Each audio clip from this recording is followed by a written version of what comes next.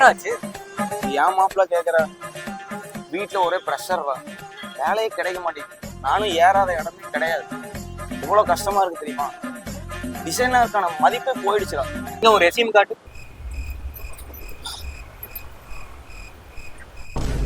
ஏன்டா ரெசியூமே டிசைனா இல்ல, அப்புறம் உனக்கு டிசைனர் வேலை கொடுப்பாங்க? சரி மச்சான், என்ன பண்ணலாங்கிற?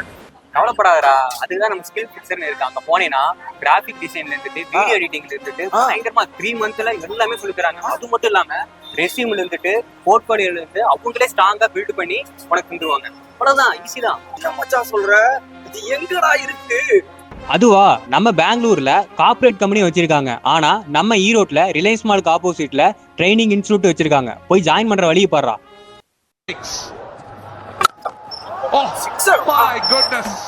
நான் இவ்வளவு சொல்லியும் மொபைல் யூஸ் பண்ணிட்டு இருக்கிறியா?